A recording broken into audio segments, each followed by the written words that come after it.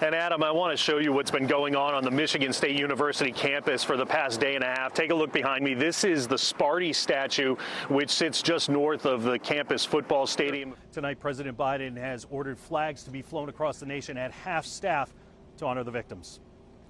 This is news this area has been anxiously waiting to hear for more than 48 hours. A mass killer, no longer on the run, no longer a threat to kill more people in this stunned and grieving community. Oldest of those survivors, 61 years old, the youngest, just 5. In Washington, Chris Pollone, NBC News. In Lewiston, Maine, a massive outpouring of support for the victims of Wednesday's massacre, their loved ones, neighbors, and friends. It's my hometown. I've lived here forever.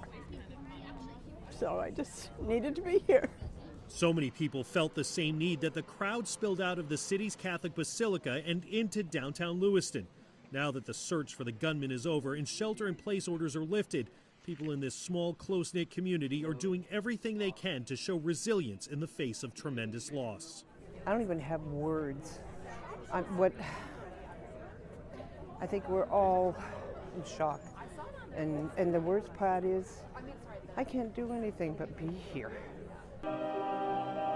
The service at the Basilica, just one of several similar gatherings at churches throughout the region Sunday, as grief-stricken and shaken people turn to their faith for comfort and guidance. At the 2 sites where the gunman opened fire, people have been leaving flowers, balloons, signs, and notes. Just a few feet away from one of these memorials at Shemengi's Bar, police continue working diligently to process the crime scene. Joan Barker drove 40 minutes from Portland to lay some flowers and offer her condolences. I just wanted to show some support for the community up here. I felt really helpless the past 4 days, just having to watch everything on TV and not feel like you can help out in any ways. In the coming days, there will be more vigils, memorials, and funerals in Lewiston. Constant reminders of how much has been lost yet again because of one man's rage. Police found the gunman, Robert Carr, dead Friday night. An investigation is underway to determine exactly why he did this and whether there were any warning signs that were missed or ignored that could have prevented it. In Lewiston, Maine, Chris Pollone, NBC News. 3, 2, 1. Boosters in ignition. America is headed back to the moon. We rise together, back to the moon and beyond.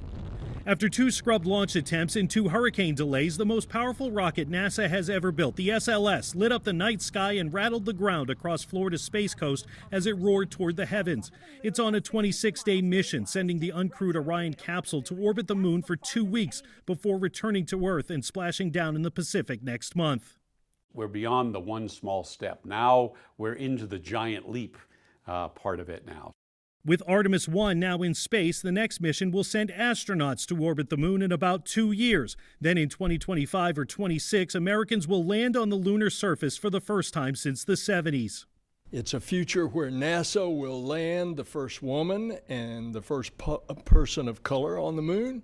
During the Apollo program, the moon was the goal. Now with Artemis, it's just the beginning. This is about putting footsteps into the solar system to be permanent explorers. So not only the moon, but asteroids, Mars, and eventually beyond. The rocket endured Hurricane Nicole's wrath last week out on the launch pad. High winds blew strips of rubber caulk off the Orion capsule, stoking fears the mission would have to be delayed again. But engineers decided the rocket was safe to fly, setting the stage for this morning's spectacular launch. About halfway through this 26-day mission, the Orion crew capsule will reach about 300,000 miles from Earth as it orbits the moon.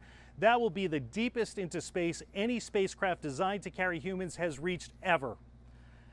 At Kennedy Space Center, Chris Pollone, NBC News. President Biden and Vice President Harris in Maryland announcing a landmark agreement to lower prices for seniors on 10 popular prescription drugs. But this time, we finally beat Big Pharma. It saves the taxpayers billions of dollars. It's the first time the pair has shared a public stage since the president gave up his re-election bid. There's a lot of love in this room for our president. And comes as the administration celebrates inflation being at its lowest level since the pandemic. Democrats are riding a wave of momentum in the polls with the vice president at the top of the ticket.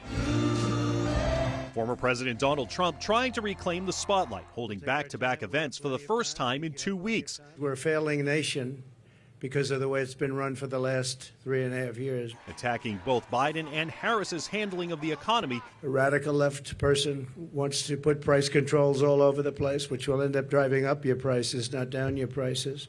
As the two sides spar over who will handle the economy better, aides say Vice President Harris will call for a federal ban on corporate price gouging on groceries when she lays out her economic agenda Friday. And we now know when the two candidates for vice president will meet on the debate stage. J.D. Vance and Tim Walz will debate on October 1st, a little more than a month before the election. Vance is also pushing for another debate in September. In Washington, Chris Pollone, NBC News.